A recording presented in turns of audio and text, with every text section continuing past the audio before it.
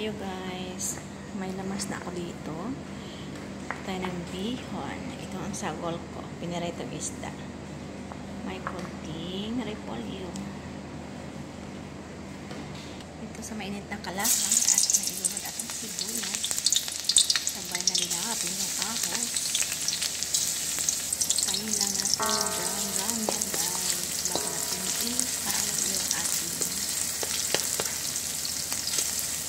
isda. So yun, nilagay ko na yung isda.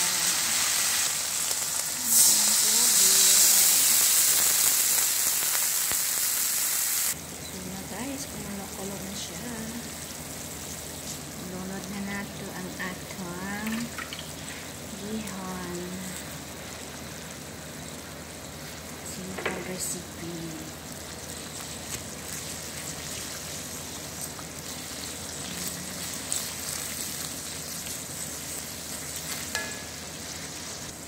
Natun lang na ako siya rin maluto.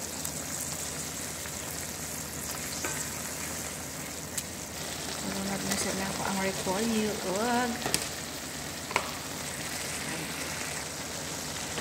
Atsal. Luin lang natin. Bakit na maluto yan? Siya naman sa kong kalaha. Kasi na siya mawa ang kaitom sa kakamot ng binagnos.